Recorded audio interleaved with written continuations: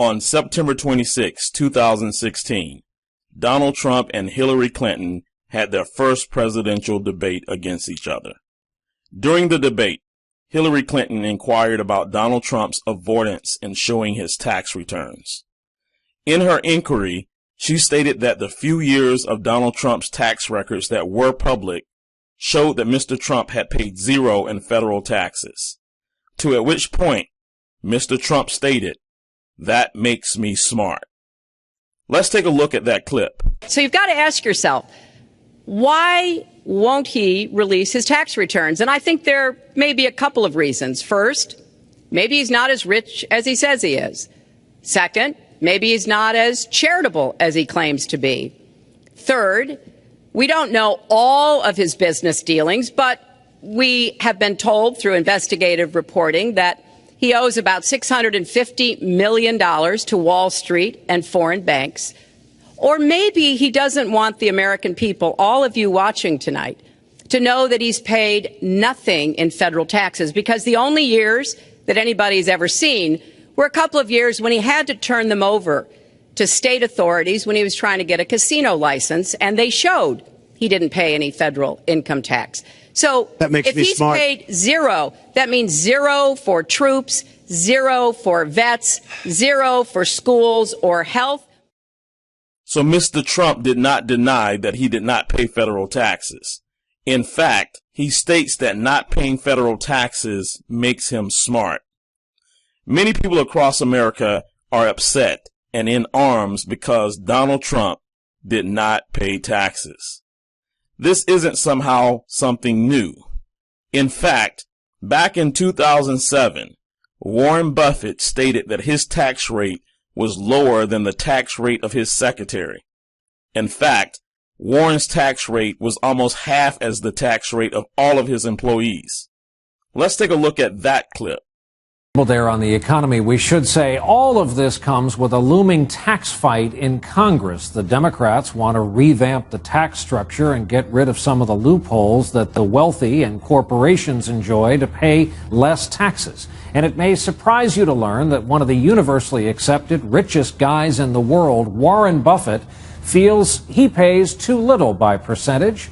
This interesting campaign of his was unveiled in a recent conversation with Tom Brokaw, who is here with us in the studio with more on this. This is fascinating. Brian, it is well known that Warren Buffett is a contrary billionaire. Unlike most of his fellow billionaires, he believes that they should be paying a higher tax rate. And to prove his point, he decided to compare what he pays as a tax rate with what the people who work for him pay. The taxation system has tilted toward the rich and away from the middle class in the last 10 years. It's dramatic, and I don't think it's appreciated. And I think it should be addressed. You've gone very public with this. Right. You've talked about in your own office, for example, you pay a much lower tax rate with all of your wealth than, say, a receptionist does. That's exactly right, Tom. And I think the only way to do it is with specifics. And in our office, 15 people cooperated in a survey out of 18. I didn't make anybody do it. And my total taxes, paid payroll taxes plus income tax, mine came to 17.7%. The average for the office was 32.9%. There wasn't anybody in the office, from the receptionist on up, that paid as low a tax rate. And I have no tax planning. I don't have an accountant. I don't have tax shelters. I just follow what the U.S. Congress tells me to do. By now, many of you watching this video may be upset to know that the wealthy don't pay as much in taxes as the middle class does.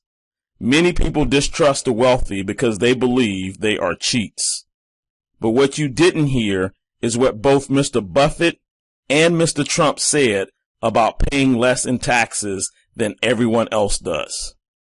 We used certain laws that are there, taking advantage of the laws of the nation. Now, if you want to change the laws, you've been there a long time, change the laws. But I take advantage of the laws of the nation because I'm running a company. My obligation right now is to do well for myself, my family, my employees, for my companies. And that's what I do. I just follow what the U.S. Congress tells me to do. They both use the laws that are in place, which allow them to reduce their tax liability legally. These are laws that are available to every red-blooded American. Contrary to popular belief, You do not have to be rich to take advantage of these laws. You just have to know them and then apply them to your financial situation. There are 2 caveats that you need in order to participate. 1, you must be a business owner.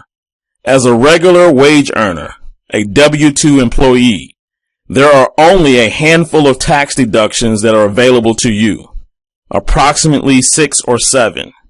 However, as a business owner, there are over 475 tax deductions available to business owners. Taking advantage of these lawful tax deductions will greatly reduce the amount of taxes you may owe to the IRS. The second caveat is that you need to become a long-term investor. Investment income is typically taxed at a lower rate than ordinary income. For example, someone who works and earns $100,000 in salary will pay approximately $30,000 in taxes, while another person who earns the same $100,000 but in investment income can realistically pay only $15,000 in taxes. That's half the amount of taxes paid on the same amount of money. That's the difference between ordinary income tax versus capital gains tax. The great news is that you don't have to be rich to start a business. There are many types of businesses that can be started for less than a pair of Michael Jordan tennis shoes. You don't have to be rich to start investing. There are many investment plans that you can start investing in for as little as $25 per month. Once you become a business owner and an investor, you too can begin to take advantage of the same tax deductions that allow Donald Trump and Warren Buffett to pay less in taxes than the average American. Stop complaining about the wealthy and start implementing the strategies that the wealthy implement. Regardless of what political party gets into office, the tax game will not change. It will always favor those who understand the rules. There's an old saying, don't hate the player, hate the game. However, the new saying is don't hate the player, learn how to play the game. If you're interested in learning how these rules can work in your favor, if you want to know how you can start a business for less than a pair of Michael Jordan tennis shoes, if you want to know how you can find the money to start investing and have your money work for you instead of you working for your money, contact the person who shared this video with you.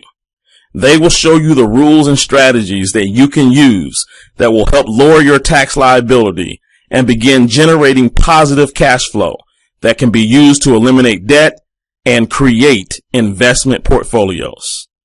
Don't wait until tomorrow. Contact them today.